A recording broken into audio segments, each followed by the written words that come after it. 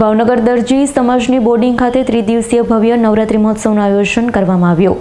Bhavnagar ભાગલી gate વિસ્તારમાં આવેલા દરજી સમાજની બોર્ડિંગ ખાતે દરજી સમાજનું ત્રિદિવસીય નવરાત્રી મહોત્સવનું આયોજન. હજારોની સંખ્યામાં દરજી સમાજના લોકોએ નવરાત્રી મહોત્સવમાં રાસ ગરબા રમી ભાગ લીધો. જોકે નવરાત્રીની સાથે આપણી મૂળભૂત પરંપરા અને સંસ્કૃતિ જોડાયેલી છે. ગ્રામીણ વિસ્તારમાં ભવાઈના માધ્યમથી આપણે લોકવાર્તા અને આપણી શૌર્ય સંસ્કૃતિ રજૂ થતી હોય છે. આથી આજની યુવા પેઢી આપનો સાચો ઇતિહાસ જાણી શકે. આ ઉપરાંત બહેનો અને ભાઈઓ પણ આ 9 દિવસ ગરબા કે રાસ લઈ પોતાની શ્રદ્ધા વ્યક્ત કરતા હોય છે. નવરાત્રી એટલે માતાજીની આરાધનાનું પર્વ.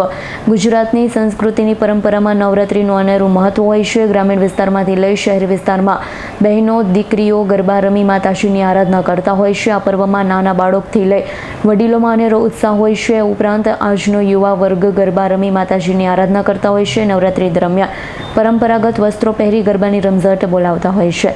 ઇરફાન સોલંકીનો રિપોર્ટ, S9 ન્યૂઝ, ભાવનગર. અમારી તમામ માહિતીથી અપડેટ રહેવા માટે જોડાયેલા રહો S9 ન્યૂઝ સાથે.